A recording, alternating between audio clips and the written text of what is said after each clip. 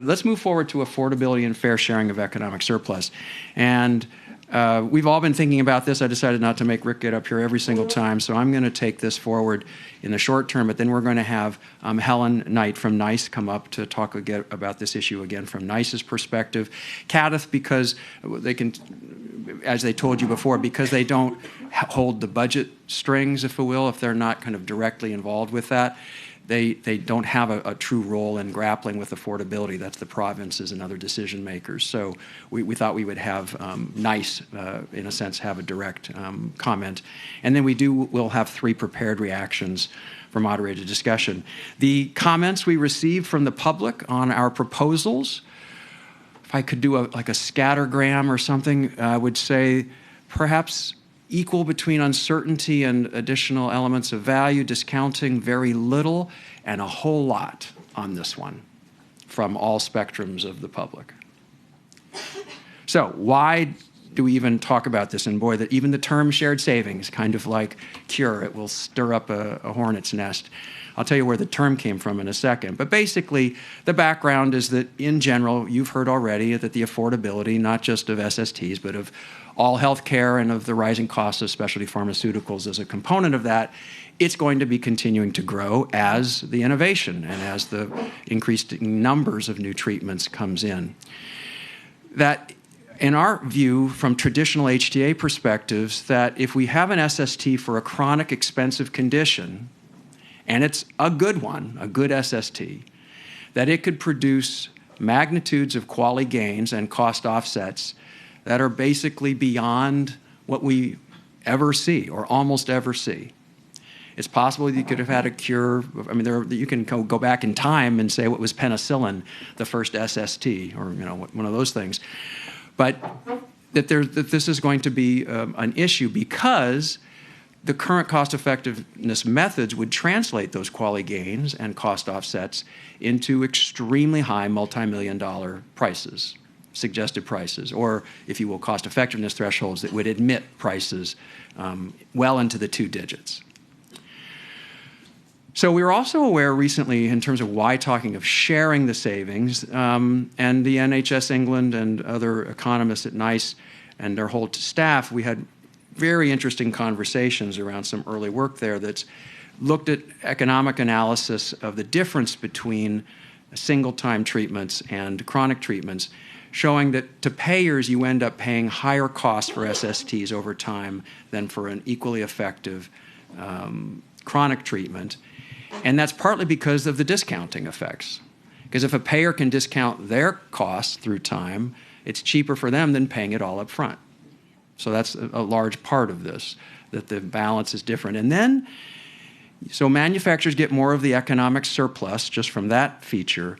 And then there's also this question of whether SSTs will distinctively have a different curve when it comes to competition.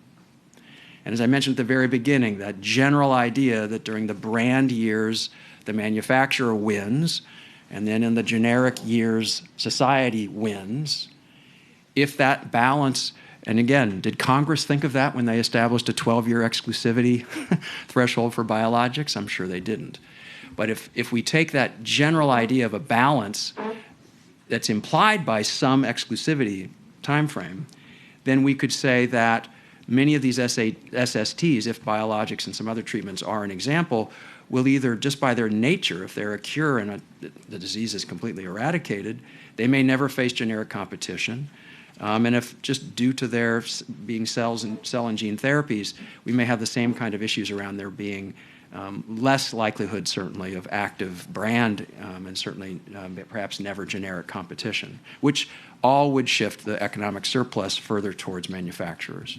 So traditional cost effectiveness would produce very high prices. There's a question about whether that's fairly based upon the sharing of economic surplus as it was intended in some way. And so also we, again, just kind of basically, if we could use outcomes-based contracts to turn high one-time prices into chronic payments, this problem may go away, at least part of it. Not the overall affordability issue, but some of the disconnect between the upfront price and the economic surplus gained between the 2 parties. So in our technical brief, we laid out some different exploratory options for working with this basic issue. And again, affordability is part of this, and I know that NHS England, Canada, ICER, we all have our own approaches to affordability for all treatments in terms of looking at potential budget impact and helping decision makers with or without a threshold. So I just want to keep that within the conceptual scope of what we're talking about, but I'm going to focus more on this idea of sharing of the economic surplus and different options for how we technically do cost effectiveness to address that issue. So we could imagine a process in which all of the health gains and cost offsets of a cure, potential cure, as we model it, are shared, everything. So the quality gains and the cost offsets are shared in some proportion. And all I mean by sharing, again, is just the traditional model would give it all back, if you will, to the price of a one-time treatment. Whatever we're going to give all back to that price, by sharing it, I just mean we're going to carve it up so that less of it goes back into that one-time price. And now I probably should tell you where shared savings comes from. This is vernacular among health insurers in the US. It's the way that they think of contracting with many hospitals and doctor groups, in which they want to create incentives for good quality, but they strike a global capitation rate or something in which we will share the savings. We'll give all the money to you, Partners Healthcare in Boston, and if you provide good quality care and you come in under budget, you and we, the insurer, will share those savings. So it's a way to align the interests in affordability. So it's not the exact same idea here of aligning the interest in a lower cost, but it's a way of sharing the cost offset savings from a potential cure. So anyway, we could share both the health gains and the cost offsets. We could share just the cost offsets, because if we do that, then we, in a sense, leave the incentives pure for the health gains that a potential cure could bring. We're not touching that. We're saying whatever you get for the health quality gains is yours. But if there's a big cost offset, maybe that's not what feels as fair to share between them in the same way we've been doing it. Maybe society gets a little bit back instead of rolling it all up into the one-time price for the potential cure. And then, again, kind of as we were going through this process, thinking of just general sharing, NHS England had already started to explore the application of a loss of exclusivity threshold. And I don't mean to say here that NHS England is currently thinking of implementing this or that NICE is. This is part of broad background thinking about some of the challenges that these treatments will kind of represent. But you could say that instead of just sharing on a percent basis, we could set it as a time frame. So the idea of an LOE threshold is that the treatment would get the full benefit of all the health, and by the treatment I mean the price for the treatment, would get all of the benefits, if you will, of the health improvement and the cost offsets for the 12 years, representing the brand time frame. And then after 12 years, we don't include the cost offsets, just the health gains. So it's kind of the same thing as number 2 here. But it's instead of taking it over the lifetime and just splitting it in half or some percent, it's taking it a 12-year tranche. And just so you know, when we did this empirically with some of our test cases, and I know this isn't, again, the full spectrum of types of SSTs we'd see, but you've got a one-time treatment for a short-time fatal condition. Here you can see in the first column, Zolgensma versus best supportive care. And by the way, this is for type 1, so these are not the pre-symptomatic full label numbers. This is from our original report in which type 1 was the focus. But you get the cost per quality gained and the value-based price in these different columns.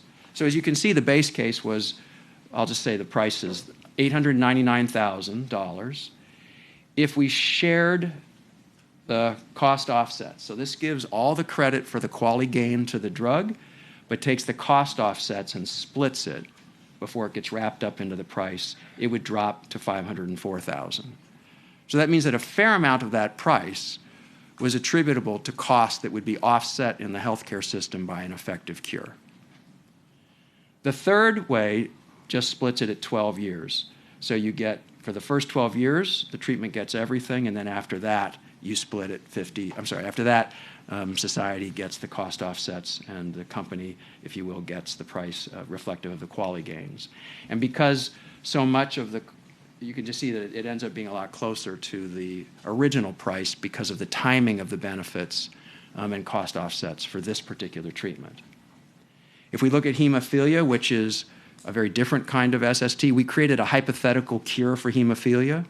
So we used our model, if you will, but created a hypothetical one-time treatment that, was it a true cure, or did we just use emicizumab's effectiveness? Actually, I can't remember now. All right. It was emicizumab's effectiveness, but rolled up into a one-time treatment. So, discounted or undiscounted? I asked. Discounted results. So this is discounted results. The price for a cure in the base case would be $86 million.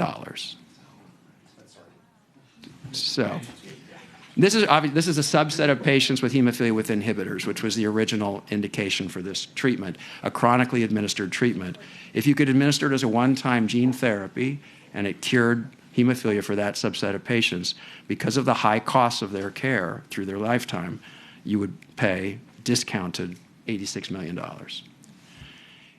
If you split that in half, just because of the time, it's again, just by not everything, not the quality gains, just the cost offsets, the cost drops in half. The half is still $40 million. So partly we wanted to show if you leave the qualities in there and you take out the cost offsets or you split them, you're still talking extremely high numbers for this hypothetical kind of cure. All right, the last cure is kind of in between, if you will. So we've got CAR T versus chemotherapy, just focusing on the prices again. You can see, obviously, when there are cost offsets, you take a chunk out of the value-based price if you start to split them over the lifetime. And in general, if you do it just over the first 12 years, at least in this set of examples, you get a reduced price, but certainly not by the same magnitude. Now, again, these empiric numbers are not meant to be normative, but just to inform some of our thinking around the potential implications of applying some kind of shared savings approach. So what did we propose? We proposed to boldly go into another scenario analysis.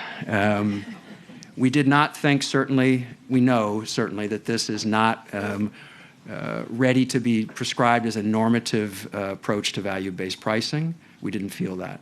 But we did feel that our country, and we think others, are going to be wrestling with these issues. And we thought by presenting at least one of these approaches to shared savings, and we proposed to do the length of exclusivity approach, by doing this, it would stimulate further dialogue on whether the balance of economic surplus is the right way to think about how we want to price these kinds of treatments. If so, what's the approach to sharing it? We just think that this is a conversation that needs to advance, and that having an empirical number on the page that shows how different the price would be if you were to share the savings in some way would help promote that kind of debate. Now, promoting debate in the United States, especially in an election year, is a dangerous proposition. It can either advance things or it can get people stuck in the political mud. But we still think that this would be of interest. Before I ask our respondents to come up, I will say one quick thing, which is the public comments on this were fantastic. Very thoughtful, very helpful. And I will say that several, I believe at least one in particular from the National Pharmaceutical Council, identified an early problem with the LOE approach that we really didn't explore thoroughly with our own examples. That is, what if it's a cure for something where the cost offsets happen many years later, not within the first 12 years? So if it's a cure, a preventive cure for Alzheimer's disease, and all your cost offsets happen 20 or 30 years later, if you use 12 years as the cutoff, in a sense, you're creating this artificial divide with the exclusivity when the benefits of the treatment. It just didn't seem perhaps to be easy to apply it to drugs that have a very different timing of their cost offsets if we use 12 years, which could argue to go back to the approach of using 50% or some other approach over the entire lifetime of patients. But just to point out that we're aware that the 12-year approach has some conceptual attractiveness to us because of the linkage to the idea of exclusivity periods, but it raises some questions about, if you will, equity of how this would affect certain drugs. Okay, so let's have some early response to these ideas from Helen Knight. You want to come on up? And Mike Sierra-Matero, Scott Schnuckel, and Mark Skinner. I want you guys to come on up.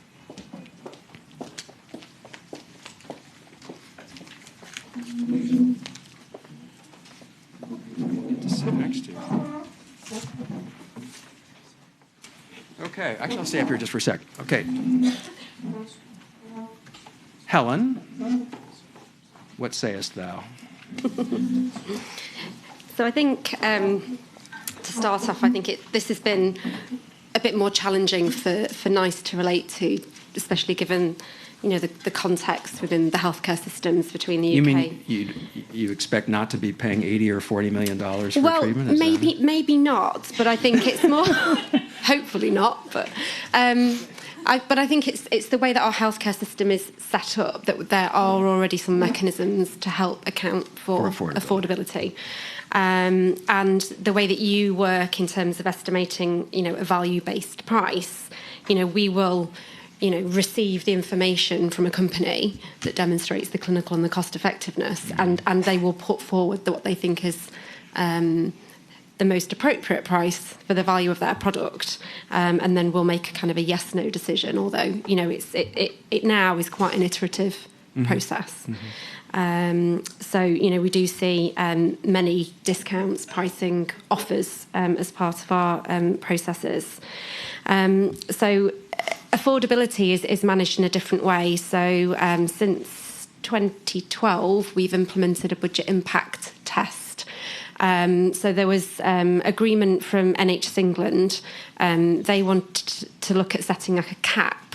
So if we were to recommend a treatment and in implementing that recommendation and implementing that treatment into the NHS, if in any of the first 3 years it was going to cost more than £20 million in any of the first 3 years, that would trigger us or the NHS England to ask the company to go into further commercial negotiations. So that's kind of separate to our consideration about the value and the cost effectiveness. So NHS England is mindful that the 20 million was set by them. I mean, who knows, that could change over time. So that's kind of working. In fact, we haven't had too many actually trigger that as yet. But I think, our process allows for companies to also adjust the price according to the cost effectiveness and the budget impact test along the way. So, there's many ways to kind of have those commercial discussions throughout the process. Going back to kind of what you said about the expectation about how much we pay, I mean, I think, we'd need to consider, in the UK, do we actually pay, how much do we actually pay for the comparator treatments compared to what you do in the US? It might be that, the treatments that are displaced are kind of much lower in the UK than they would be in the US healthcare system. So some of the illustrations that you had, we may not see to that effect. I mean, I guess in either UK or US contexts, there's a clear potential for highly effective technologies that transform health and prevent the need for chronic treatments to be found cost effective at very high prices. So I think, the work that you're looking at is really valuable. I mean, the context of the value-based price and extreme values, I guess the example where you had the length of exclusivity, we thought was logical. And as you said, it had kind of some rationale behind it rather than perhaps the arbitrary kind of 50% or 100% shared savings scenarios. So I think the fact that you're proposing that as an addition to your base case is probably useful, but I think, as you mentioned already, more exploration required, particularly around the equity considerations. So, is it something that you can start to do, but when you quite clearly see that there are certain circumstances that aren't met through that, is there an alternative that you need to look at? So, look forward to hearing how you do that. But just on the back, I was talking to Mark before that there is some work ongoing in the UK through University of York to look at kind of shared value, isn't it? But I mean, Mark's more closely involved than I am with work that's ongoing, so I'm sure Mark can fill us in shortly. Maybe we'll come to you as soon as the panel here is through, but that would be brilliant. Thank you. Scott, let me just say that I have had some conversations with policymakers and payers who suggest that this is the canary in the coal mine that says that cost effectiveness is not a valid tool to price drugs, full stop, because it prices them too high, and that it's not fair, that we need a kind of R&D cost plus a fair benefit, and all of the issues where some people feel that the prices are too high to start with. They feel that this is all kind of finagling at the margins, trying to take a tool that is inherently not going to come up with the right answer and make it palatable to policymakers. That may not be what you had intended to talk about, but I'd be curious from your perspective what this feels like in terms of managing the idea of a treatment that would be very, very expensive and still cost effective. Yeah, and I think it might come out in how I describe this. So for those of you that don't know me, first of all, thanks for allowing me to talk.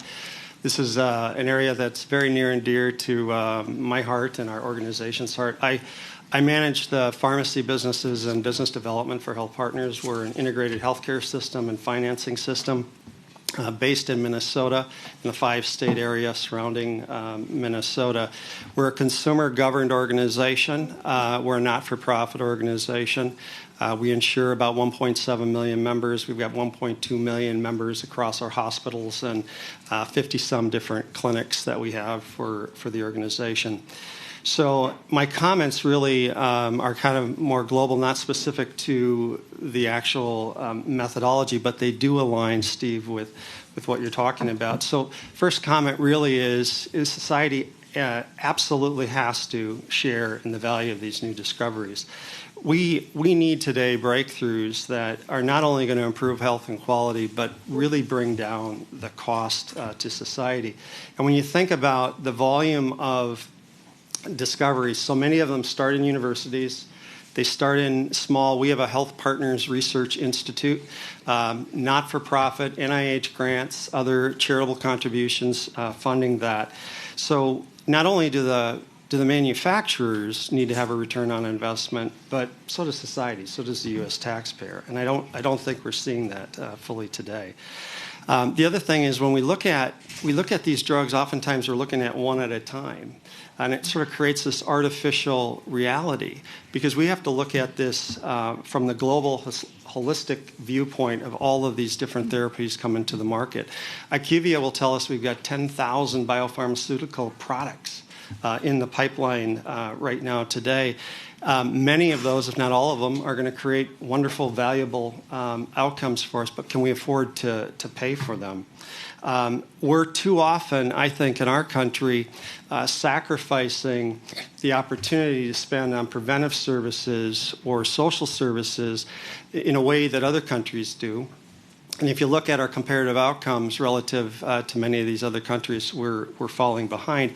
And I think our valuation of medical technology and drugs is a factor in that deficit.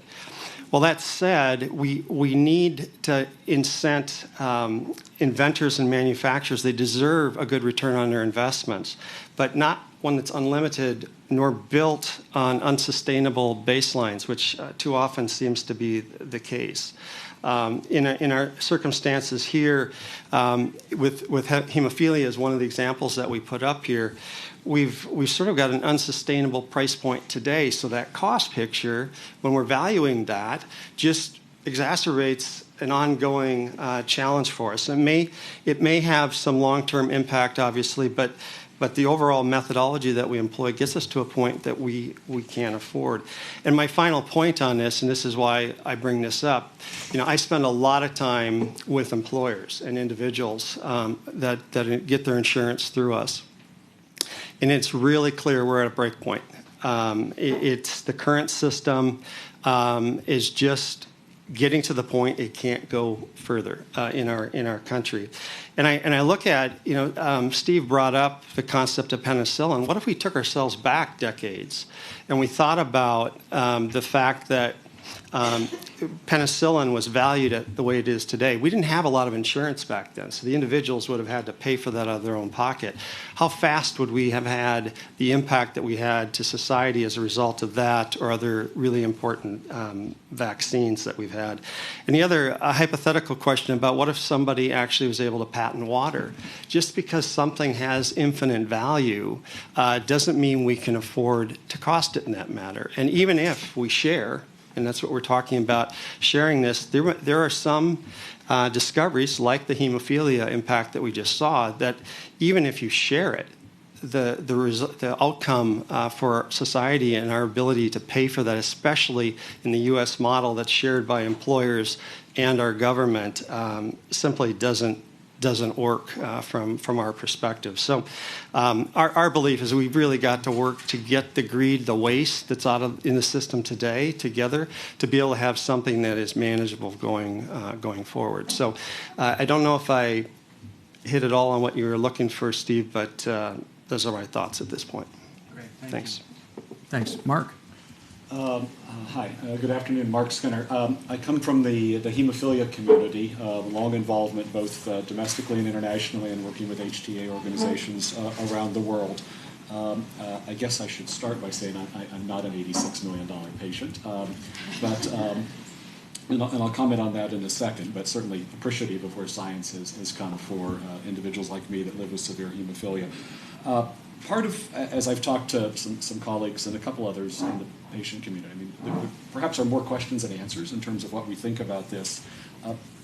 Is a health system that, at least in the U.S., that's very fixated on annual budgets and one-year horizons, equipped to deal with something like this? And what does it ultimately mean in the end? I absolutely agree with Scott that the system is at a breaking point, and while we've been fortunate and perhaps advantaged to be at the head of the system, it's unsustainable if it goes forward. So the concept of providing reimbursement at a level that allows society to benefit overall makes a lot of inherent sense.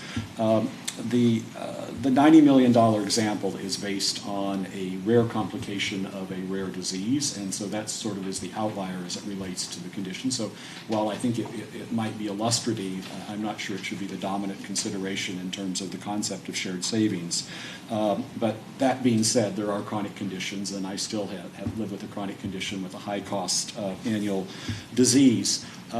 I didn't comment on the discounting earlier. I do think there's sort of at least a backhanded analogy to this, because there are diseases where benefits do accrue over the lifetime. So, and they add in later years of life. So the assumption that there isn't continuing benefit or accruing benefit may or may not be true across them. But if we're simply talking about the return on investment for the manufacturer, that would be a different point.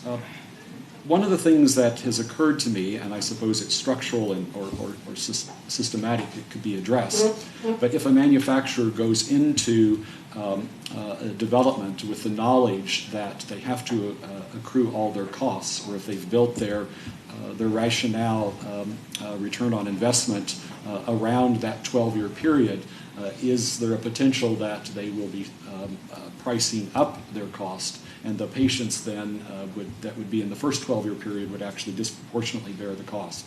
Given the cost sharing and the co-payment that I have, one of the things that I would like to understand is how those patients in the first 12-year period would actually share in the savings as well, because we bear significant long-term out-of-pocket costs versus those in the later period.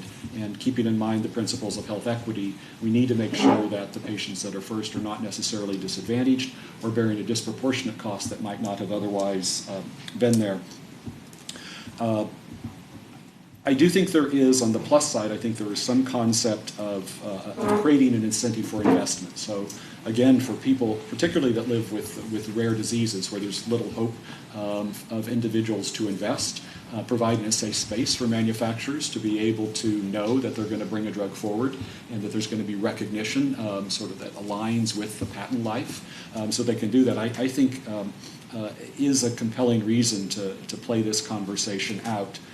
What I'm trying to think about is we also know how patents have been sort of gained, and we extend patent protection, and so how do expanding indications and new patient populations that might not be part of the pristine original study population get counted? The example that we just had in the hemophilia space was for a narrow indication. It now has a wider indication that covers all people with hemophilia. What happens to that 12-year period, and should the whole cost structure overall be reevaluated, or do we still base the expanding indications on what might have been narrower? I guess the last comment that I would have is the scenario seems to be built on the notion that it's sort of a one and done, that the gene therapy or the curative technology that comes forward is in fact the end of the game. And we know that with AAV-based therapies or others, that we're going to see next generation therapies that will have expanded efficacy, expanded patient populations, that may have lower toxicities, that may have enhanced durability. And if we know that this is the end of the game in terms of cost recovery, and do we destroy the incentive for optimization of the cure that comes forward? Some are going to be straightforward, and it's a cure, and you never think it about again. Others, there's going to be limitations, but it's going to have a sustained benefit. And we don't want to create a scenario where we remove that investment incentive, not just to bring it to market, but then the investment incentive to actually improve upon the care that came to market that had the 12-year protection, but no further benefit to get a return on investment. So I think those were my, at least my initial thoughts. Great, thank you. Mike. Hey, good afternoon. I'm Mike Cimitero with the National Pharmaceutical Council. First, let me say thanks for inviting me to speak today. For those not familiar, NPC is a health policy research organization. Most of our work is peer-reviewed. We don't do any lobbying or advocacy. So when considering new analytic approaches to inform decision-making, it's important to think about both the benefit and the risk. With that in mind, the results that Steve showed earlier, only one of the three conditions saw a substantial reduction in the value-based price, hemophilia A. The other two conditions, B-cell lymphoma and SMA type 1, only saw marginal reductions. This highlights an important point in my mind, is that the frequency of conditions with high ongoing cost offsets are likely to be less frequent, which implies that the benefits are maybe somewhat limited. On the risk side, there's a possibility that by not including cost offsets after 12 years, that you may incentivize ongoing treatments over curative therapies in some instances. If you take a step back and look at the big picture of the analysis conducted by ICER, there are really two disease archetypes. Archetype 1 is a disease with high ongoing cost offsets. The second archetype really is a disease where there's a relatively short lifespan under treatment options. Thinking about more broadly, there are a host of other disease archetypes out there. The one of greatest concern being those disease archetypes where the cost offsets and outcomes of interest happen in the longer term. I'm thinking about metabolic disorders, cardiovascular disease, neurological conditions, and ophthalmic conditions. Case in point, as Steve mentioned before, a patient with Alzheimer's disease treated at age 50, you may not see material benefits until after age 65. Similarly, a patient with cardiovascular disease given a cure at age 50 may not see benefits for another decade or more. So under the proposed approach, what you would see is the majority of those cost offsets not included. Which creates the real possibility that health technology assessment would favor ongoing therapies over curative therapies in those particular conditions, which introduces inefficiencies into the health system, which is less than desirable. It's for that reason that we are against including this analysis in the moving forward. Yeah. So, Mike, if you don't mind, thank you, by the way, and now gear up your own thinking. So, to be stereotypical, life science companies are usually extremely positive about our doing additional scenario analyses and sensitivity analyses, except here. Can you say more why? Well, I think I think the affordability is a real issue. That's why we have a big health spending initiative going on. I think the broader point is we need careful, rational, thought-out approaches to how we deal with spending and get it under control.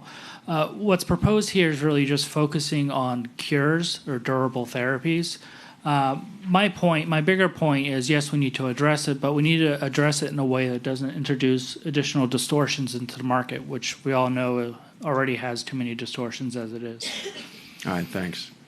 All right, so I was going to get my list here of public comments, too, just because there were so many around this particular issue. Just so you know, I had one really interesting, or several, that basically were very favorable to this basic idea, but wanted us to provide more options for people to create their own policies. And let me tell you what is meant by that. So one proposal said, lay out the shared savings, not just at 50% or whatever, but do 25, 50, and 75. And what I believe that they were implying is that they wanted to then come up with a set of criteria around how we would pick what's a fair amount of savings. If the federal government invests a lot in the science, and it seems relatively little risk that the company took, then maybe society gets 75% and the company 25%. If the company did, different, so that would be one of the criteria that they would use to kind of toggle between different versions of saving. Life science companies I think, we're essentially universal in not wanting any version of shared savings to be introduced even in a discussion mode. And I won't try to characterize the rationales given, but because those will be made publicly available. But here we are in this room. So say more about either why this is a good idea or a bad idea, or some of the unintended consequences, certainly of ICER's current proposal, in addition to the one that we've already flagged, which is that it may penalize, if you will, drugs that would have late-term cost offsets compared to early-term cost offsets. Yes, Mark, and then yes, please, and you can tell us about the academic work that you guys are pursuing. I'll wrap that up in a more general comment, if that's okay. Sure. So, I mean, there are clearly at least two separable issues here. One is the issue of affordability, and the other is the particular issue with many of these products about anticipated lack of generic entry. So, with respect to affordability, a couple of things.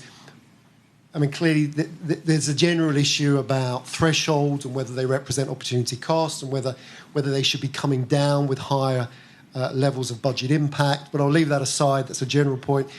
But it seems that potentially one of the issues here is about comparator options and whether they were ever established as cost-effective under your own criteria, and whether actually was some broader equity principle, some rule of rescue that has resulted in those products being reimbursed at those prices.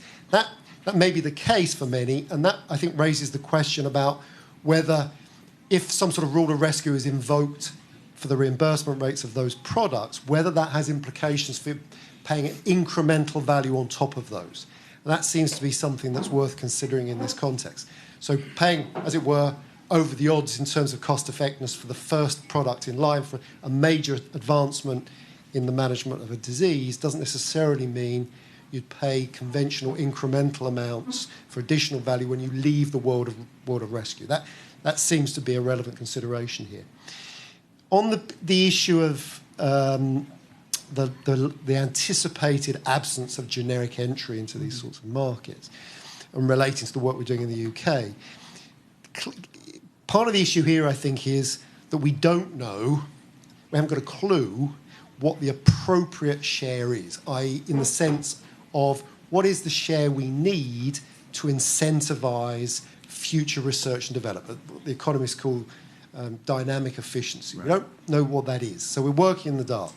The work we're doing in the UK at the moment is trying to establish, well, what is the share across different types of products? What are we, given what we're currently paying with NICE's decision threshold, what we know about generic entry and the time it takes for that entry and the prices we're paying subsequent to generic entry, what does that imply for the share of value between producers and patients, effectively, or the NHS more generally? Now, but we're still doing that research, but that we're hoping is the first part of a piece of analysis that would subsequently look at, well, what can we say about the optimum share and how far away from that optimum share. Mm-hmm. But it seems relevant to your deliberations here that going for the sort of the idea that beyond 12 years, the share will be coming back to the health system around cost savings. Another way of thinking about that is to say, well, what is the current share across other products? And can we align, so if that was 50-50 or 60-40, would it be more appropriate to align the share for these products alongside what other products are seeing in terms of share? I mean, ultimately, whatever you choose here is slightly arbitrary, but ultimately that might be a better guide than just picking 12 years at which to make those cost savings. I mean, the other issue is I do struggle with the idea that it's just about cost savings. You valiantly tried to justify that, but it values about the cost savings and the health gain. And I think if we're talking about the overall share, it really has to be both of those. Both of those. Yes, Paul and then Dick. Yes, Paul, you have a... Sorry, this is more so about affordability, and I just want to relate experience we had on our California Technology Assessment Forum panel with a cure for Hep C when we evaluated those therapies. And what I was sort of surprised by was there was outrage by the public at the price the company was charging because this was a cure. And I don't think we had seen that outrage at fairly expensive drugs that were just incremental.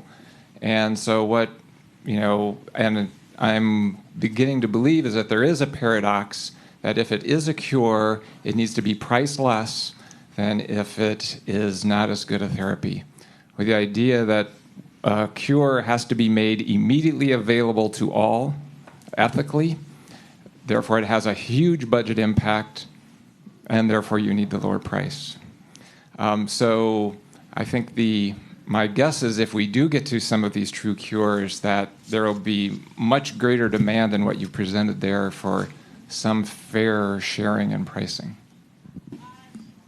So that's an interesting wrench in the works, right?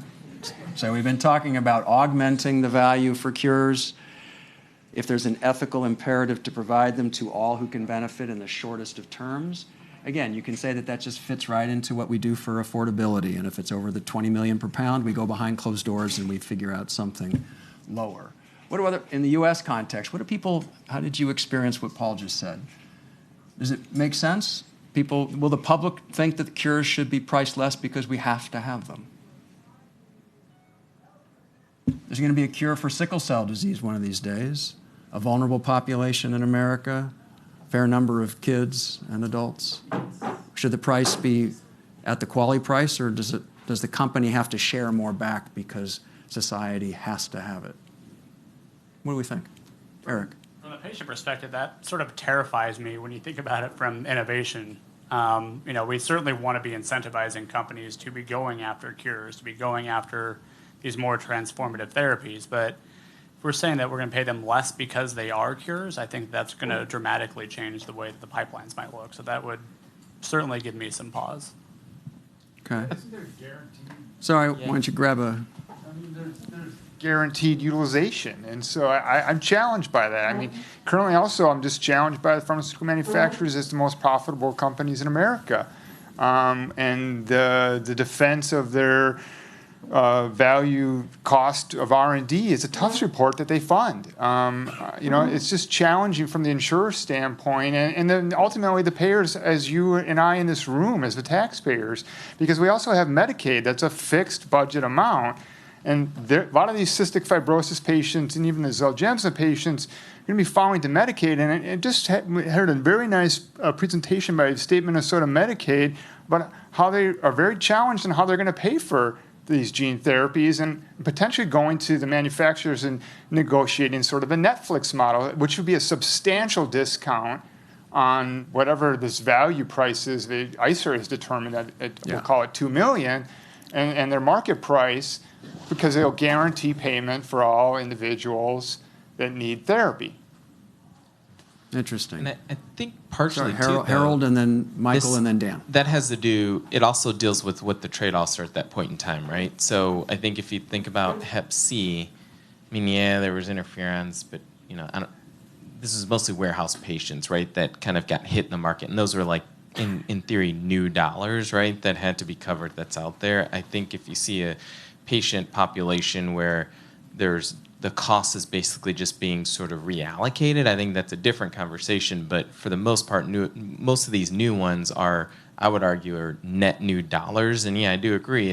I think you're going to see that there's going to be, I don't necessarily know if it's a conversation on lower price than kind of what fair price is or what quality may be. I think it's a reasonable price for like budgets to absorb it in such a short amount of time, or there will be this expectation that not everyone's going to get it out of the gate. There's going to have to be some sort of allocation over time. Right. I mean, it's just the realities. I think of what we saw with Hep C, with Medivir scores and all that. I think unless manufacturers and the market is reasonable about pricing, you're going to get the same one. And unfortunately, we've never seen reasonable pricing until there's been competition, and I don't think that's going to play out in in the curative space. One of the things that we went back in the hepatitis days, we did some analyses, some what ifs, and I can remember doing the analysis. At what price would we be able to treat every eligible patient who has chronic Hep C, diagnosed and then even undiagnosed? But then you have to say within what budget impact. So you have to decide, again, where you want to draw some kind of threshold at which you say this is some range within which we should expect to pay for the cure of hepatitis in our society, and that's a hard number to come up with. Obviously, you can do it however you want to, but it's an interesting idea. I knew I had Michael and then Dan. Yeah. So it strikes me that there's several lenses that we need to peer through to think about what is a fair and appropriate price. One of them is obviously the work that ICER is doing, and that's important, and we can talk about various flavors of model, but it's one kind of collective grouping. Another, I would agree that there needs to be enough upside so that pharma companies and their investors will look to the next generation of drug. That's also important. But it strikes me that there's also an intangible sense of what's fair. Mm-hmm. And that is related to, I think, a slightly different question, which is what can we afford as a system, even though we don't acknowledge that we have a system for the most part. Again, Medicaid is a canary in the coal mine because they do deal with a fixed budget. So it forces a question, if you're Medicaid, what can you afford to pay? And if you're paying for something, are you not paying for social services or police or nutrition or other things that also impact people's health? So it's forcing that question of opportunity cost, which we generally don't think about. And it strikes me in an age when we're talking about Medicare for all and single payer and a whole lot of other things, it really should force the question of what is fair from a societal perspective, given that we don't have unlimited funds. And with employer insurance, again, we don't think about that from a global budget perspective either, even though it's well understood by economists and others that these costs of rising health care take away from increases that employees would otherwise see in their paycheck. And then just in terms of that kind of intangible, what's fair, again, we could debate that, and we could debate that a lot, but, obviously $40 million seems a little unfair. When I do know that the debate about the $2 million is such that a lot of people are having heartburn over, and it's not even whether ICER can justify it or not, and as everyone, I think most people here understand, to get to the $2 million, you're making certain assumptions, including pre-symptomatic and others, and it's there's different dollar numbers depending on what subpopulation, et cetera, and what type. But the fact is, I think you're seeing that reaction in the public right now at the $2 million price point, and it suggests that whatever comes next, that sensitivity has to be there to price, because that's going to be a major constraint, whether it leads to legislation or other types of pushback. So, all of these approaches are important, and they need to sync up and kind of hopefully get you to at least a Venn diagram that lets you get to something a little more substantive. Dan, before you comment, I just want to have something else for people to think about. In terms of fairness, which is a term actually, a lot of public comment said, take fairness out of this. It's not about fairness, it's about an efficient price that will stimulate the right kinds of future investments and innovation. Fairness, or use appropriate, not fair, which I thought was an interesting distinction. But other people said fair is exactly the right word because it triggers certain values around society's debt to these patients or wanting to treat them that is instinctually a sense of fairness to them and to others. From the biotech side, is it fair that a company that creates a gene therapy that cures blindness receives a value-based price exponentially lower than a cure for a disease that's more expensive to care for in our healthcare system, even if it produces fewer QALYs? Blindness is $0 in the healthcare system, zero cost offset. They do not cost anything to the health system. So their value-based price is based purely on their QALYs. If you cure a different condition, you could get a much higher price. Is that sending signals, the right kinds of signals to innovators that you want to look for? On the other hand, sometimes payers will cock their heads when I ask this question. They say, well, yeah, we kind of do want them to go after the really expensive things, right? Why not? If they have a choice, let's let them cure the really expensive things, because then we get to the best of all worlds where, Scott, we have a lower overall budget cost. Cures for blindness are great, but maybe if we have to have a choice, we'd go after a cure for hemophilia. So anyway, ponder that about whether it's fair within the innovator community to have a value-based price based upon the cost that you may or may not be offsetting. Dan. So I mostly raised my hand because I wanted to make sure that everyone knew that the tough center that Pat talked about, that talks about the high cost of R&D, is not our center. It's a different center. But I guess the other point I wanted to make is that this universal opposition from industry to this approach seems to be a bit of talking out of both sides of their mouths in my mind, because when I was at ICER, like clockwork, public comments always, why didn't you consider dynamic pricing to model generic entry? So, which is obviously another way to approach the shared savings idea. So, could you explain what you define that, the dynamic pricing? So the idea of modeling a loss of exclusivity for a given product and what that price drop would be. And historically, we haven't done that already. Is that what you're saying? That's right. So you're saying, should you have done it? Well, no. So industry has been asking for that. This is another way to estimate what shared savings might look like. So the opposition to this approach in a situation where generic entry is unlikely seems odd. So they would capture all of the surplus, lifetime surplus, and the cost offsets. Sorry, Lou, because this is being webcast, do you mind using your mic when you can? No, I'm sorry. This is important how you define dynamic pricing, because it is the base case is saying, okay, suppose for Lipitor, we had modeled it from starting the beginning, and a person's going to take it 40 years. After 12 years, it's going to go off patent, so it's zero. Now let's calculate the value of what they get over their lifetime, right? And so you would essentially front load. They get quality gains. They would get other cost offsets, avoid hospitalizations, and so on. Way out, 30 years out, bring all that back, and I want to capture it during the first 12 years. Is that what dynamic pricing would mean? So they would capture.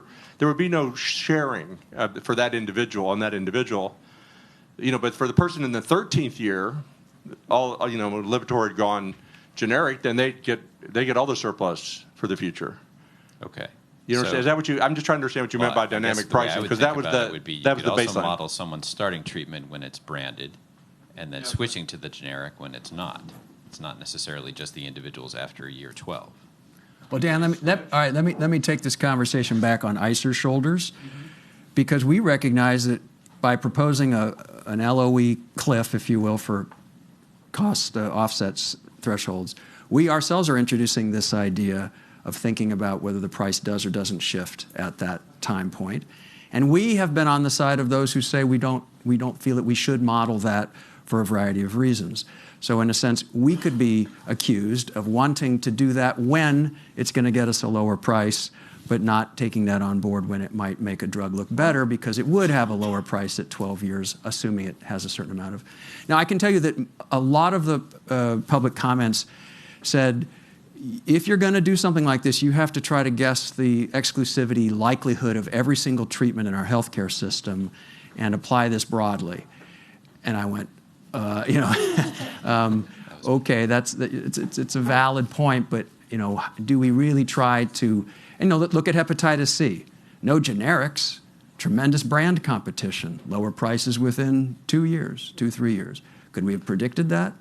When? How do you predict that versus, whether there will ever be a generic competitor for Luxturna, or So I think we're in uncharted territory trying to guess if we're going to do literally a case-by-case estimate of the likelihood of there being a price drop at 12 years.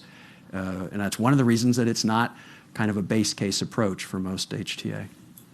So what happens if you guess wrong?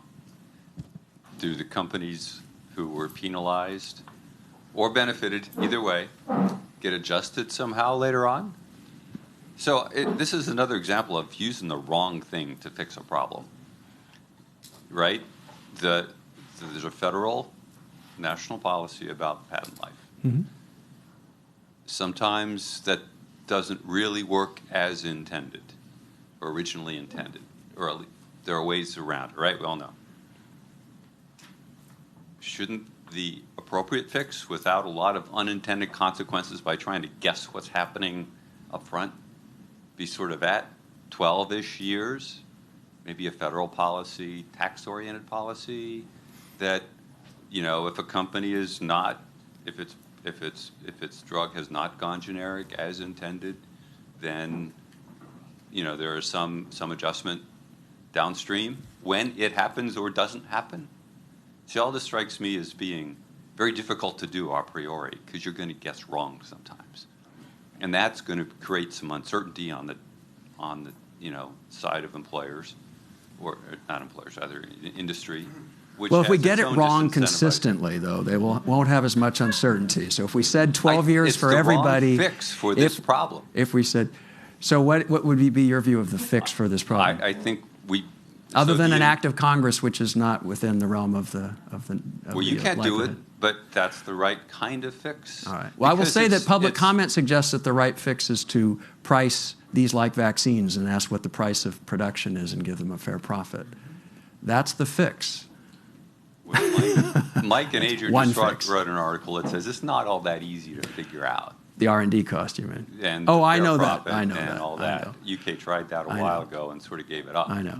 I guess I want to share my sense that there's a real sense of urgency around coming up with a different approach to using cost effectiveness, or it will be jettisoned. So affordability, that's a whole different issue. I totally understand that discussion.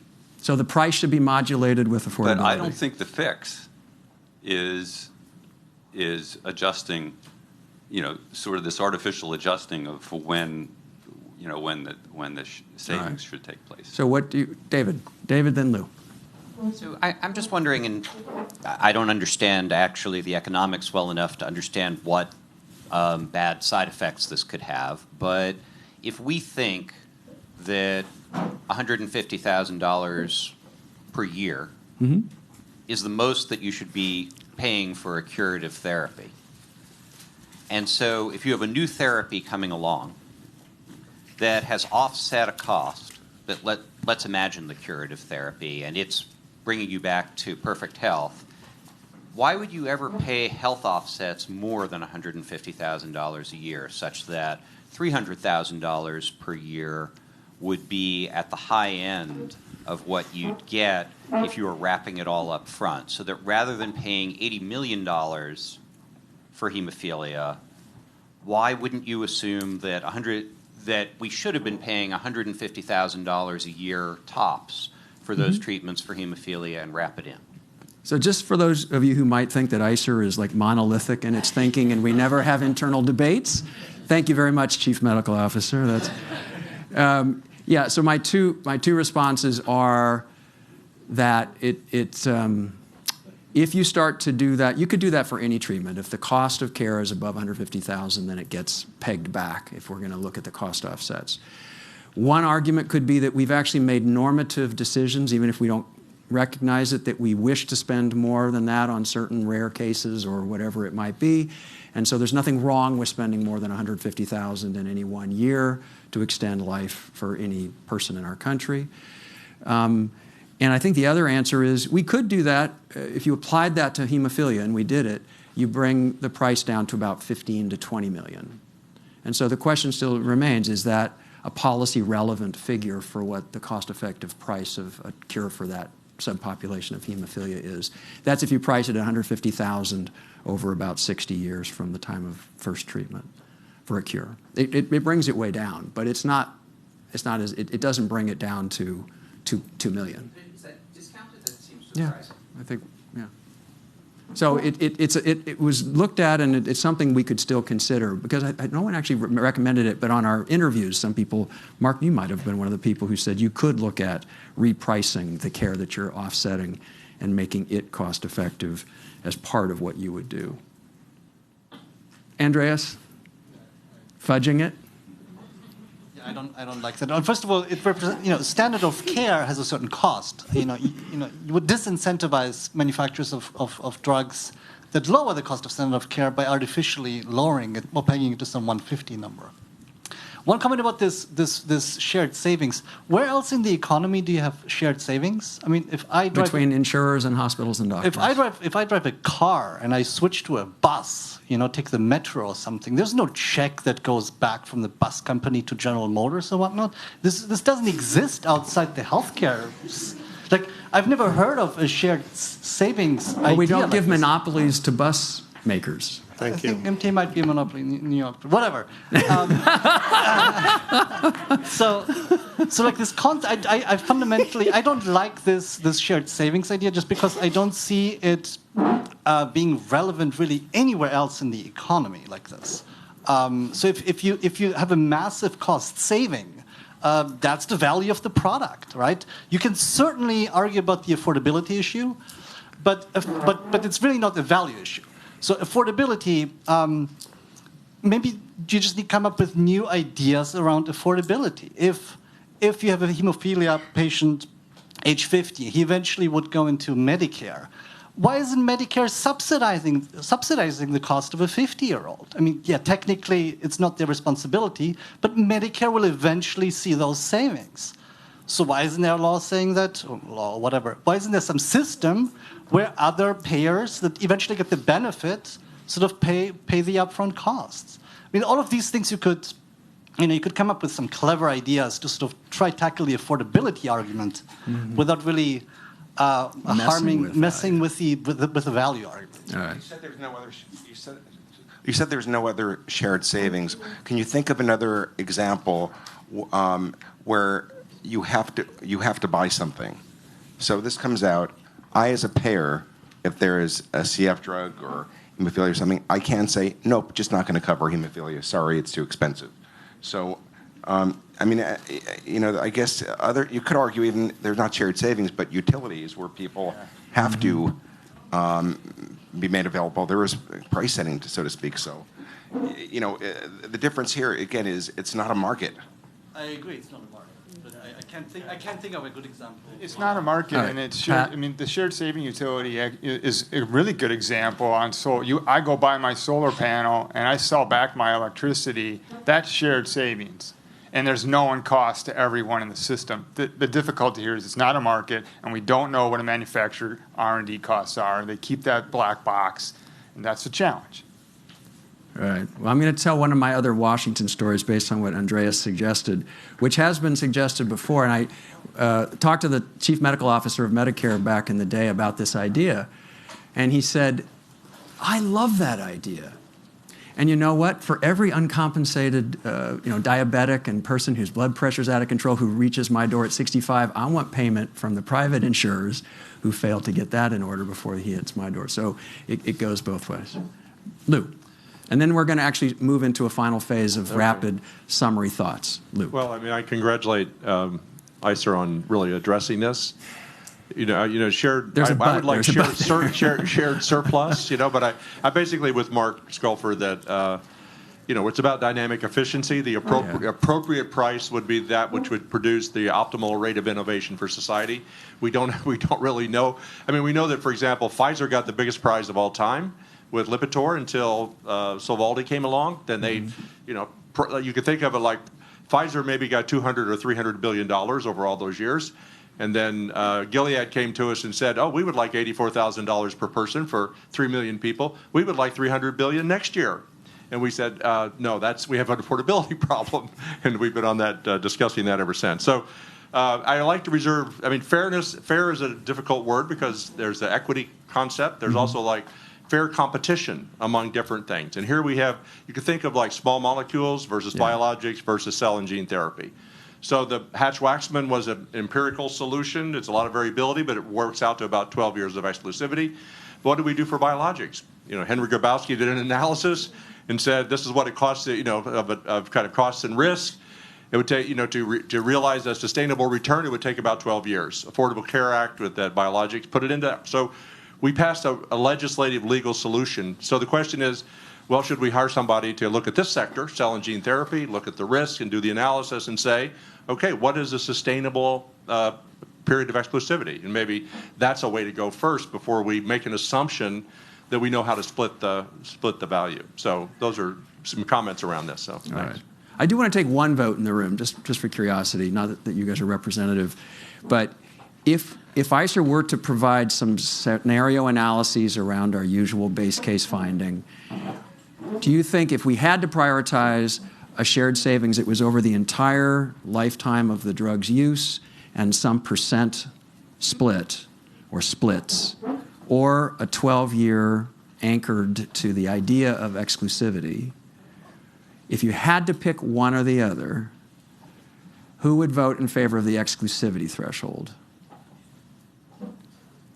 Who would vote in favor of the multiple splits over the lifetime? Oh, you guys are completely wimping out on me here. Okay. But still, more people said the latter than the former. And don't worry, it's not going to be dispositive, your votes. And now, actually, I want to shift because you are all very important people, and yet you came, most of you, on time for this meeting, and we're going to see if we can get you out of here early so you can get to your other very important meeting, perhaps with your family. We do this sometimes at the end of ICER meetings where we try to give everybody one sentence to summarize what they think is the most important takeaway from the meeting. I don't think we really have time, given the number of people in this room. So I'm going to ask people who feel like they have a burning thought about what they hope is the one important takeaway. And I want you to cast your thoughts back all the way to SSTs, that definition, uncertainty, discounting, additional elements of value, and this idea. What's the one lesson that you've learned today that you think is important for us to take on board, Cadith, NICE, ourselves? Specifically, if you want to comment on any one ICER proposal in its current kind of draft that you think is the most important one.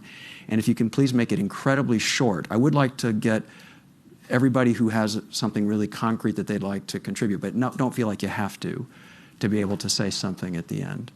And I will start, because it's not fair, but I will start with our friends from England and Canada about what they feel, not even just today, but over the process of this project to date.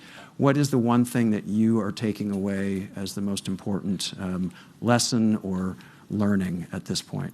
Helen and Nick, who wants to wrestle for that role for you guys? Helen, you're up. Oh. That's how it goes. All right, Helen, please start us off. I still kind of think it's about understanding what society's preferences are for me, and should we really think of cure as being something different to any other treatments that we have? So, all right, thank you. Karen or Trevor? Karen. Trevor had to leave. So I would agree with Helen. Back table here. Go ahead. I would agree with Helen. Understanding society's preferences and whether or not this SSTs represent something different is important for us to know. That's critical. But I guess it's for us, just having been at the table and having conversations with both NICE as well as ICER, I think this collaboration has been very helpful for us to be able to kind of share some of our insights as well as some of our challenges. And then hearing from the folks around the tables today about your thoughts, that's also been very helpful and useful to us. Great, thank you very much. Did you want to add something? I was just going to say I very much agree with those comments, and I do think I don't think we've got the answers today particularly, but then I think having the discussions and the international collaboration is really, really important. Good. I hope, if not anything else, the buckets that we've at least started to think of in our heads, the uncertainty, additional benefits, discounting, and this affordability, shared surplus or savings. There may be some things that still exist outside those buckets, but we're finding them useful shortcuts to thinking about the discrete areas that we might want to do something different around SSTs. Okay, so let's all start actually with the folks at the table, and we'll just run around. If you don't have anything to say, just say pass, but I'd love to hear your concrete thoughts. And I sometimes allow, at ICER meetings, I say you're allowed a semicolon, but and we're all, I think most of us are the age when you actually remember what a semicolon is. For certain younger people, they look at me like, what is that? Is that, anyway, so a sentence with a semicolon around what you Just the aggregate affordability for all of these inventions. All right, thank you. Mark? So while there's rational anxiety about whether society can afford everything that we're talking about, I think that we should not underestimate the anxiety or the pushback if cures sat on the shelf. And one thing we really didn't talk that much about was, again, we don't want a company that's sitting in its offices that could flip a coin and say we could create an annual treatment that's used for the rest of patients' lives, or we could create a cure, which we think is a better business model. We really don't want them to say the better business model is the chronic treatment. We just don't. However, it may be hard to achieve that right balance, but not too many people would say that they would want the chronic treatment unless you're really, chronic payment and chronic treatment, I guess, unless you're really trying to deal with the uncertainty that way. Let's go to this table if we can. Final comments, Michael? Yeah, so my main point would be affordability is different than value. As you think about how to apply affordability, do it across all therapies and service in a uniform way that doesn't distort the market. All right, thanks. Anybody else? Yeah, Dick. I would say we're getting there. I love this conversation. It's where we weren't here 2 years ago. Hopefully we'll be farther ahead 2 years from now on some of these things. So. Okay, thank you. Thank you. Not all cures are equal. Consider that, as well as value measures are really important when it comes to those that belong to the patient advocates. All right, thanks. Figure out new payment systems. It's not just about lowering the price, that's easy, but maybe figure out a different way of paying for medicines. Right. Michael? Well, we get Michael before we...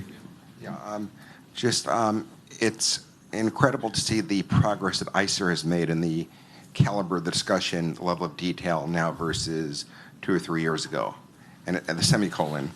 That said, it's going to continue to be a challenge given that the system in the U.S., and I'm being U.S.-centric, is really not set up to handle this under the best of circumstances. All right, thank you very much. Robin? Yeah, thanks, and thanks very much for today.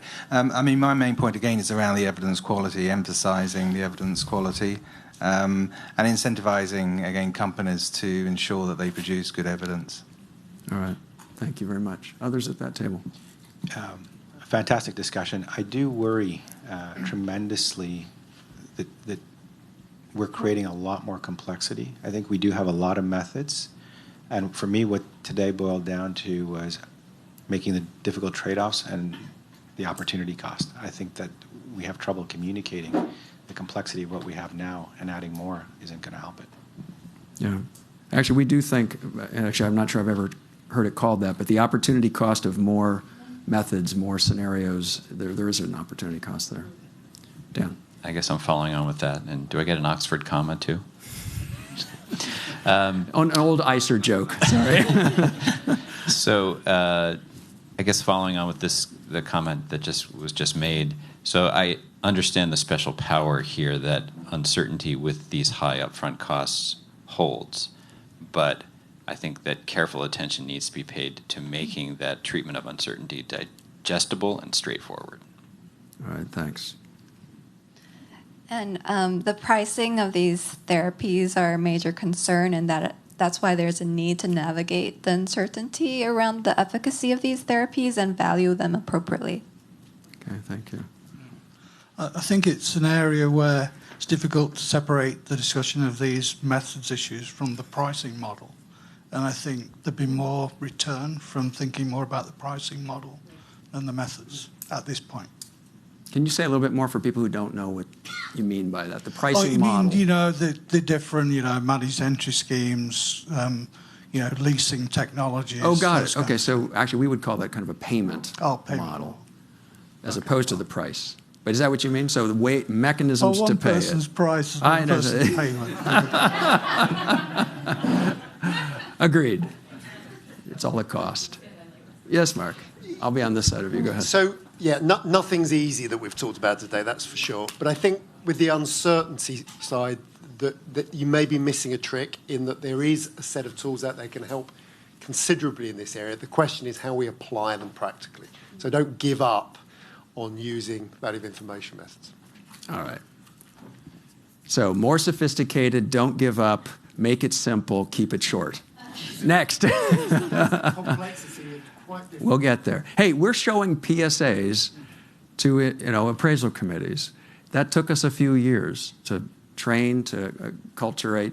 So who knows where we'll be in another couple of years. And I think it's certainly not, we love to think of ourselves as an ongoing laboratory. We make mistakes, we learn, we adapt, and maybe we can try some new ways to work with laymen, if you will, around different approaches to information about uncertainty. Okay, let's go back to the back table there. Daniel Nam. Some of you folks didn't get a chance to introduce yourselves earlier. I should have allowed you or offered you or encouraged you to introduce yourselves, even though it's late in the day. So please, if you haven't had a chance to introduce yourself before, do so and give us your thoughts. Sure. Daniel Nam with America's Health Insurance Plans.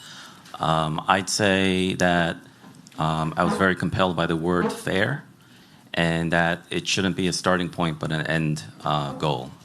And I think that the fair sharing model gets us there, at least part way. All right, thanks. Jerry Gerwitz, Myers Primary Care Institute. I would just add that there are other constituencies out there that aren't in this room that have a stake in high prices for these cures, including universities across America who are not particularly interested in fair pricing as well and gain a lot of benefit from high prices for these cures. Interesting. Thanks, Sarah. I am Sarah at ICER, and I just want to thank everyone for the contributions today. I would just say that what I struggle with is continuing to have a sort of grown-up conversation about what elements of value deserve to be in the price. And not every single element of value deserves to be in the price. And I think that's what we sort of unpacked here today, but I'd still challenge everyone to think on that. All right, thank you. So, Eric Arbrick, St. Louis University. I'm the chair of the Midwest CPAC, so thank you for the invitation. I've enjoyed listening today. I'll go back to the point around price. We wouldn't be having these conversations if the prices were not unfair, right? So we enter this conversation in many ways by our gut is that the prices of the products that we are examining are just out of whack, and we can't seem to, no matter how much we try to quantify uncertainty or deal with discount rates, rationalize the price that is being asked of society to cover these. And so we will continue to struggle with that, and the CPACs will also struggle with that discussion because it will, in effect, drill itself down to the price that you're using, inputting into the model. It seems to be the driver every time we have done one of these cases. Great, thank you. Anybody else? Okay, next Hi, table. my name is Hollis Lynn. I'm from Alnylam Pharmaceuticals. I want to echo some of the comments from the folks from NICE and from CADIF that it still seems to me methodologically a lot of these issues are common to the struggles we have with rare diseases or other I just haven't been able to shake that feeling throughout the discussions we've had today. So that's just my summary. Okay. Thank you very much. Dan. Yeah, so my main thought is that we are currently covering too many treatments that provide very incremental benefit at a price that's already too high. And the issue that we run into now when we're looking at potential cures is that these end up being much, much more than we can afford. And so my thoughts around this are that willingness to pay thresholds can, decrease when there's constrained budgets. And they also may decrease when there's increase in choice. So we reassess. When we have to buy our own things, we reassess how much we want to pay for those things, depending on choice and on competition. And I don't know how to bring that into these discussions, but I think that that's an important consideration moving forward. Great. Thank you. Why don't we go to the back row, and then we'll hit the next table. The conversation around the quantification of additional elements of value needs to continue. It's far too important to just assume that it's too difficult. Semicolon. We mentioned earlier maintaining credibility of ICER reports to payers. We need to be sure that we're also maintaining and striving for the credibility of ICER reports to patients as well. Thank you very much. I would actually support the comment around the quantification of additional value elements. And I would just say that I think the term value of hope, while that sounds like a nice soundbite, it feels a little squishy when we talk about it in those terms. But those are quantifiable value attributes that we talked about today. And that while that data may not exist right now in many of the disease spaces that we're talking about, it can exist. And that we need to talk about how we incentivize communities, manufacturers, to develop those data points earlier before we're in the throes of evaluations. Great. Thank you very much. Okay, now to this table with Matt or Joanna. Hi, I'm Joanna Gray from the National Hemophilia Foundation, and it's nice we could all be right in a row. Though they kind of stole my sentence, which is I think I both understand from the patient side, but also find it pretty unsatisfying, this recognition that patient-important outcomes are really important. And it's encouraging to me that everyone agrees to that, but then there's but we can't include them in the model. And that's what payers really focus on because it's too complicated and too many pages in the report. And so I would join them in saying that I hope we can continue this dialogue to go further to try and resolve that challenge. Great. Thank you. Yeah, for the SSTs with high uncertainty, price it on a plausible conservative level and then revise it. If the drug works, pharma will still make loads of money. Simple. Cut the price at the start. Why do we waste all day, Matt? Come on, man. Out with it. All right. Thank you. Pete Glassman from Department of Veterans Affairs. Something that we talked about earlier, Steve, a way to get around going all the way back to the definition of SST, thinking about the medical world as dynamic, and that the addition to the definition would be time that prior to the transformative or SST, there was not a similar therapy. Right. Because if we think about it, antibiotics aren't transformative anymore because they were transformative, 70 years ago. Similarly, heart surgery was transformative many years ago, but we now consider it as part of routine care. So a way to get around that and not have to define all the other categories or put those in that category would be to think about it as a leap forward in the technology. Okay, thanks. All right, we've got one more table. Last table. But I don't want the last word, so I'll go first. So I think for today, a sum up for me is to particularly thank the patient organizations and the patients that were here today. I learned a lot and deeply appreciated what you had to say. I think words that sometimes we look at too technically, like cure and hope, you've made them more real, and that's my main takeaway. Of course, I also wanted to talk a little bit about evidence because that's what we did discuss today.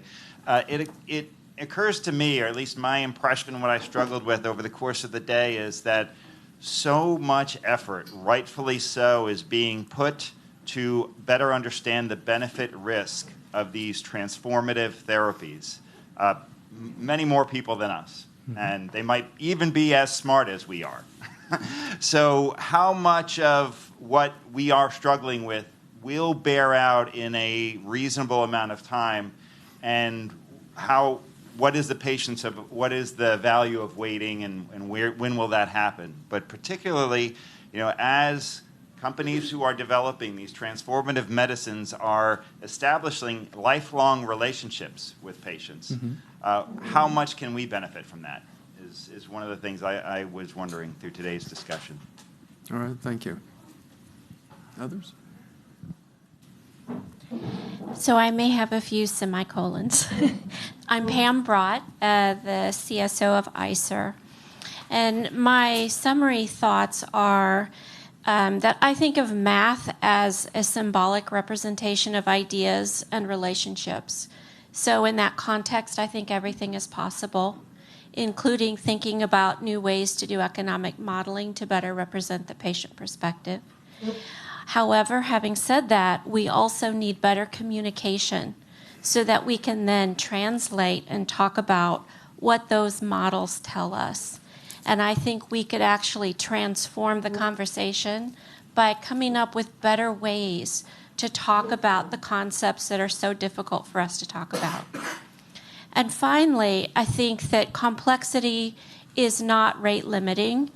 I think one of the challenges of complexity is that it becomes very complex when we don't know what's important. But once we start to better understand what are the drivers, what's most important, then we can decrease the complexity with the understanding that we're capturing the things that matter most. So those are the high-level thoughts that I take away from today. All right, great. Hi, Mel Whittington, University of Colorado. I think my takeaway is that it's an exciting time to be an academic, as it always is. But thinking about methods development and application, and we are seeing innovation in treatment, well, now we are going to see innovation in methods. And thinking through uncertainty, we need to develop and apply some that have already been developed, innovative ways of uncertainty, and capturing all of that uncertainty and being comprehensive there. Discounting, what are some, instead of focusing on inertia of this 3%, is there some research and some methods that we can apply to really inform that? Should we have a similarly used discounting as a parameter and parameter uncertainty and assign uncertainty associated with that? And then these additional elements of value, can we capture that comprehensively in an MCDA? Is this in a qualitative space? Is this in a quantitative space? How do we elicit these weights? Who do we elicit these weights from? There's a lot of really promising research questions that are here, and I think a nice time for academics to explore those and test those. And then I think that's just an interesting time where we might need application before we really have developed some of those methods. And I think many people in this room on the academic side hear that charge and are taking that charge.